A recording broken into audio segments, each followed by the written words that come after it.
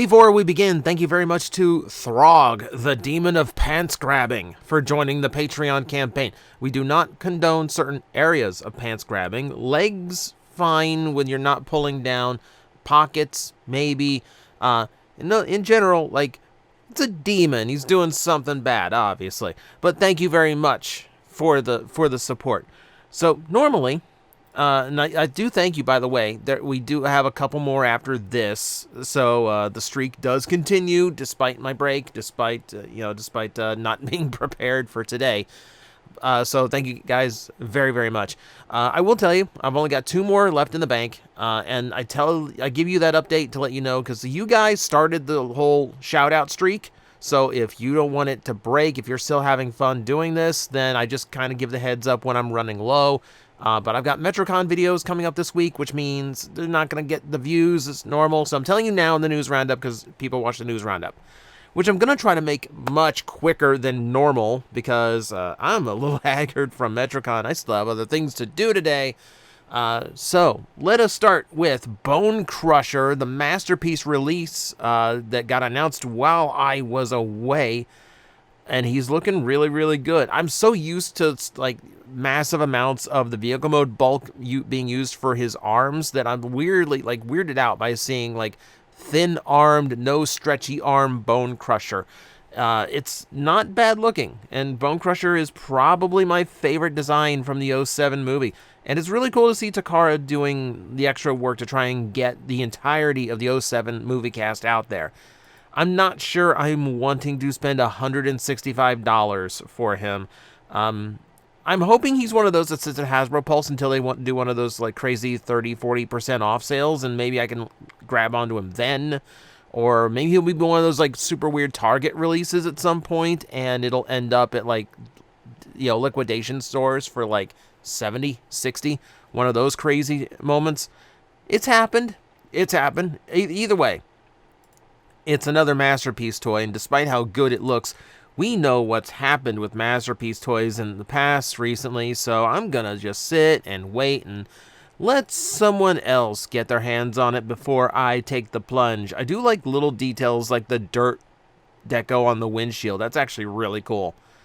Alright, so we'll keep an eye out. I'll just let him be for now.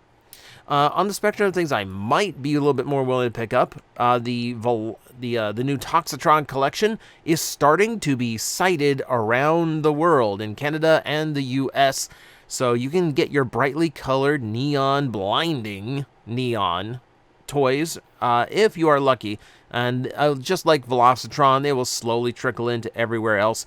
And that starts with our first real look at our G2 Tiger Stripe Grimlock, and I'm actually kind of disappointed a little bit in here.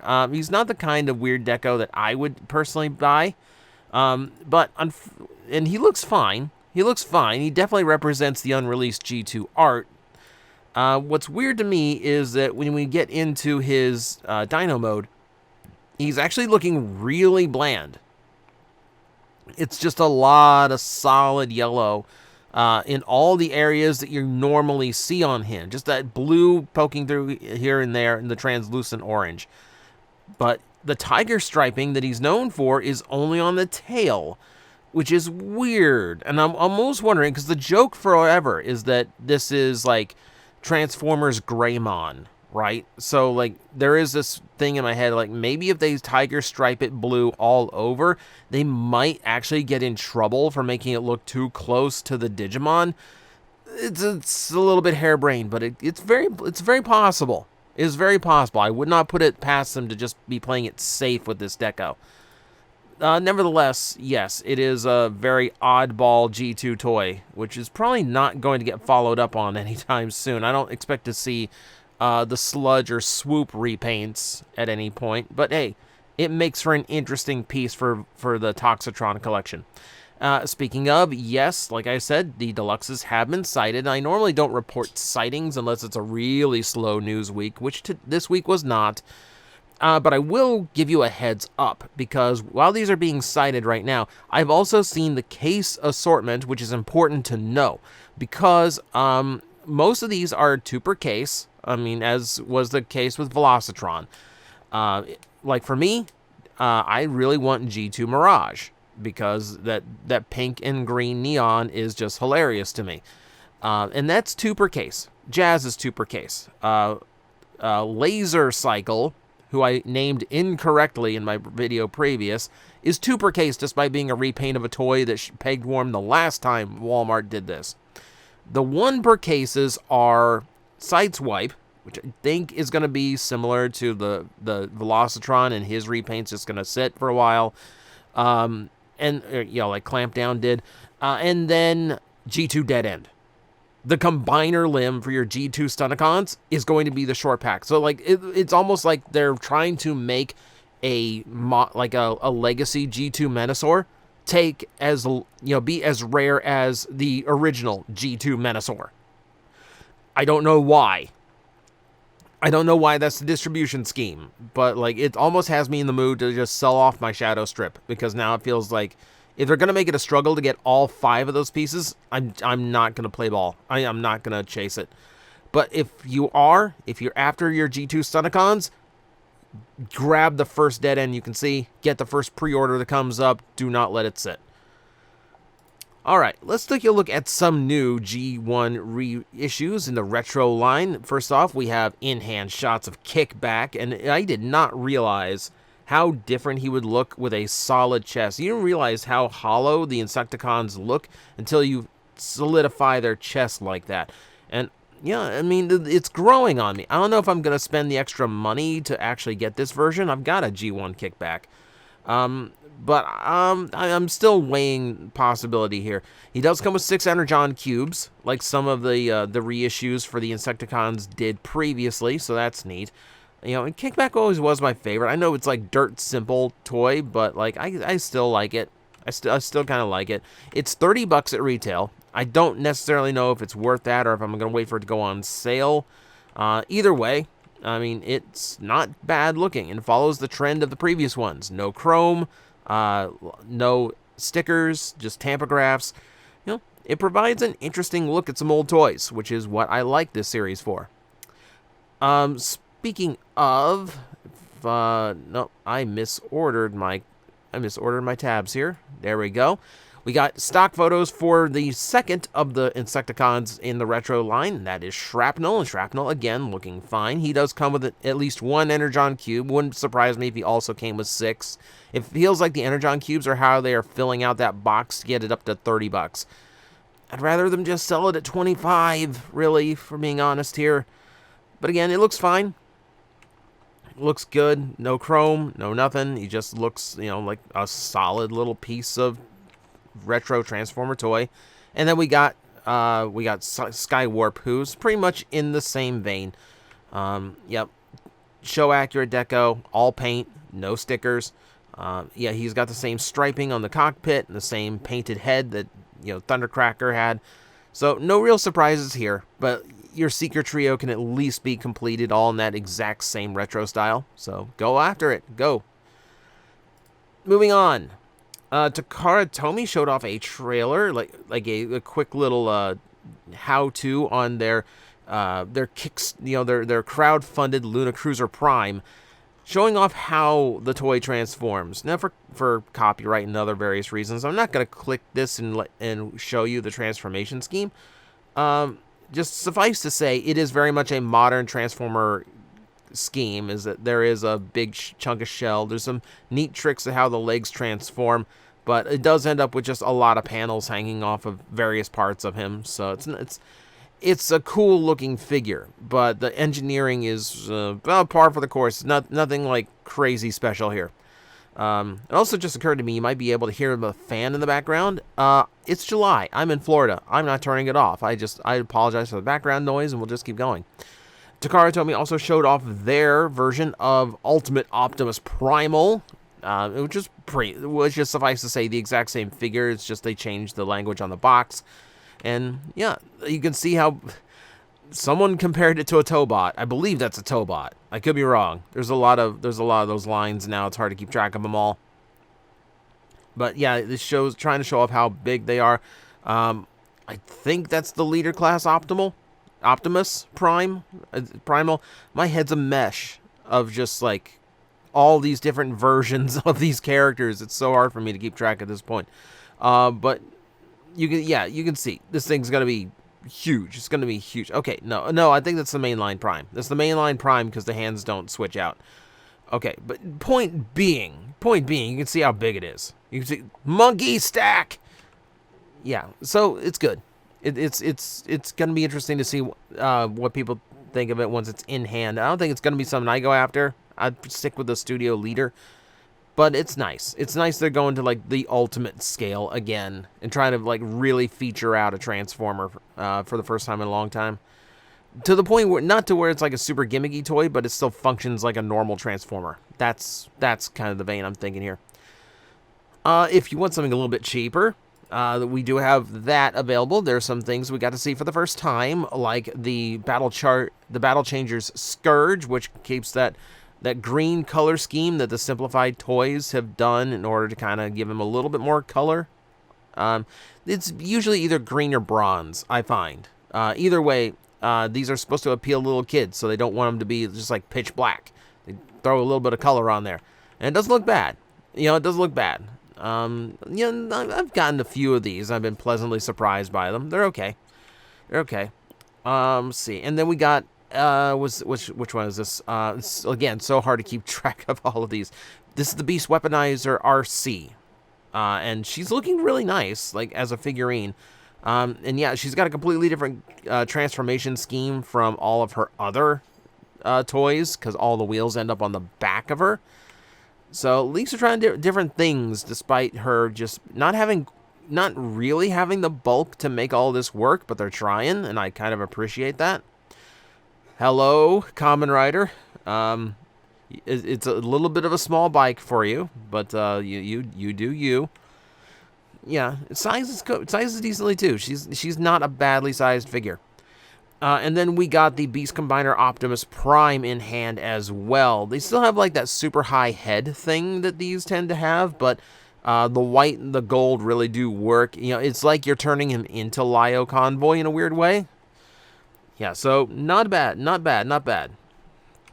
believe like we have like little individual shots. That's the Voyager. That's the individual shot. It's okay. Okay, so it's a little bit crude to accommodate the extra gimmickry that goes into the animal component. That's how those kind of go.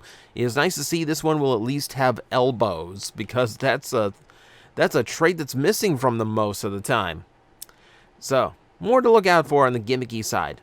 Also, I don't know why they used an auto trooper for the background. Let's just ignore that, and we'll talk about Bludgeon for a second. We got a behind the scenes on Bludgeon, which is kind of comical because there really doesn't seem to be anything to him other than like a new head and paint job. He's basically just the Tarn mold again. They didn't really do anything to change it. He looks good.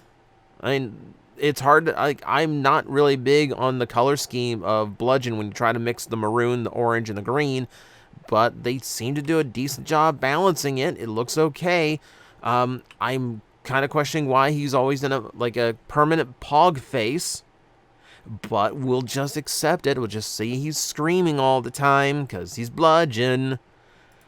Yeah, all he got is a new head and a new sword. Like, that's literally it. So I'm not even sure what background stuff you even need to know about him at that point. But yeah, he's just another weird redeco. Get him if you want him.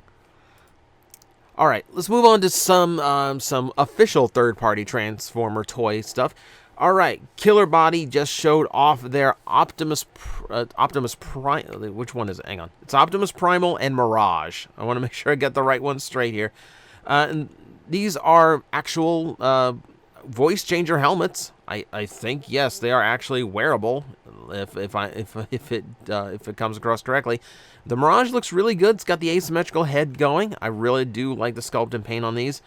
And then, yeah, if we take a look, yeah, you can see it off the base. So yeah, wearable. And here is the Optimus Primal, which again keeps the mouth look, but it is optional. There's a plate to cover up the mouth. So you can have that both ways, but it's still kind of weird because he's never has the mouth in the movie. I feel like all this stuff was in the works during development when he was still going to have a mouth. Now, you probably know the helmets that they sell at GameStop for like $100. This is a different company doing a different higher quality production and going with higher quality electronics. So these are $300. So you really gotta love your Transformer heads. But if you're a big fan, it's not bad. They look pretty good. If you want to spend more money, or just as much money, but you want it in action figure form, the Rise of the Beast Optimus Prime from 3.0 is out. This is their DLX line, which means it is the larger scale. It is loaded out with parts, as you can see plainly. Cannons and blasters for both sides, his axe, his hand, I believe an optional mouth component, and then what looks like a bumblebee hand. I'm not... Hang on, let me go through these pictures, because I admit I didn't go through this one. He does look incredible. Like the paint detail on 3.0 stuff is actually, like, super cool. Which, by the way, thank you very much to Wildfire for grabbing me the MDLX version of G1 Optimus Prime that they produced, like the smaller scale 3.0. I've never owned his 3.0, and I've heard incredible things about just like how high quality the action figures are. I'm super looking forward to that. Thank you very much for the birthday present. Again, then, okay, back on topic. Yes, your Optimus Prime is very well articulated and comes with a bunch of stuff. I just want to use... Okay, yes, so it's a spare hand for Bumblebee, so he can actually use the axe like he did in the movie. All right, cool. That's actually a very thoughtful inclusion. All right, so, yeah, again, like, expensive figures. Very large figure, though, and very, like, premium execution on said figure. Do I have a price point? I can check the price, or I can't because it's not up yet. Okay, never mind. I was going to my friends at Entertainment Earth, where if you use the code TJOmega, you get 10% off in-stock orders. And if you get to their $59 threshold, it automatically applies free shipping as well. Cheap plug to cover up for the fact that I didn't find out the price. All right, fine. We know it's expensive. Let's just move on from there to something else that's expensive. The Kurakara line is back from Flame Toys, and this time they are doing a repaint of their IDW Megatron, which was the stealth bomber version, and now it is going by Shattered Glass IDW Megatron, which isn't actually a thing. But we're going to pretend it's a thing because it is super cool looking, especially with all the giant wings. Oh, this is cool looking. This is really cool looking. This is, again, going to be super expensive because the Kurakara line is a very expensive line. I don't know if it's worth it for something that doesn't technically exist. It's just a super cool looking Megatron. That's really what we got to go by here.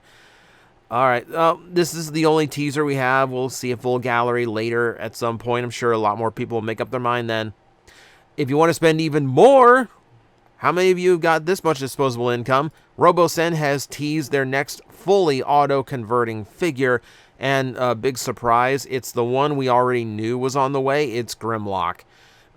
So get ready, more dinosaurs to buy. Yeah, and expect this one to be like $1,000 again.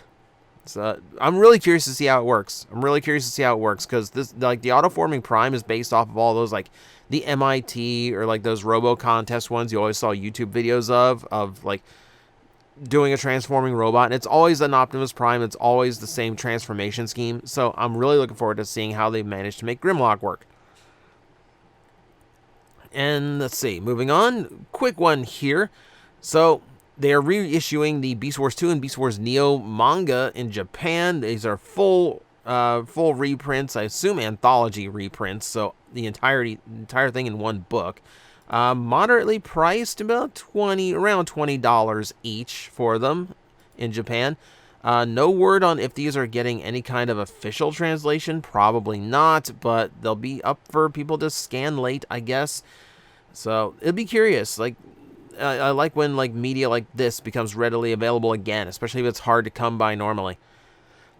And we don't really have any super weird news this week or anything super odd. So we're going to end off on the Hallmark ornament of Rise of the Beast Optimus Primal that just got revealed. I think it's kind of appropriate that you hang monkeys off of your Christmas tree. I mean, monkeys typically do not climb conifers, but you know they've never actually been exposed to them either. So maybe it's a match made in Christmas. Just a little 4-inch tall monkey. These Hallmark things can actually go really expensive, so there's definitely people who are going to be after this just for collection's sake. Or if you just want an entire tree full of Transformers ornaments, I think that's possible now. But that's what we got for the week. I am just over the 20-minute mark. One of these days we'll make it under. So, thank you guys for watching. I'm going to go nap now. I will see you next time. I'm like, I think you guys got this. I will back away, and I will see you all later. You've got this handled. Alafi's like, really? You're not gonna help me? Like, it's fine now. It's like these disgusting creatures breathing down my neck, and you're all just like, I believe in you. You got this. All right, you seem to have this. 5 minutes.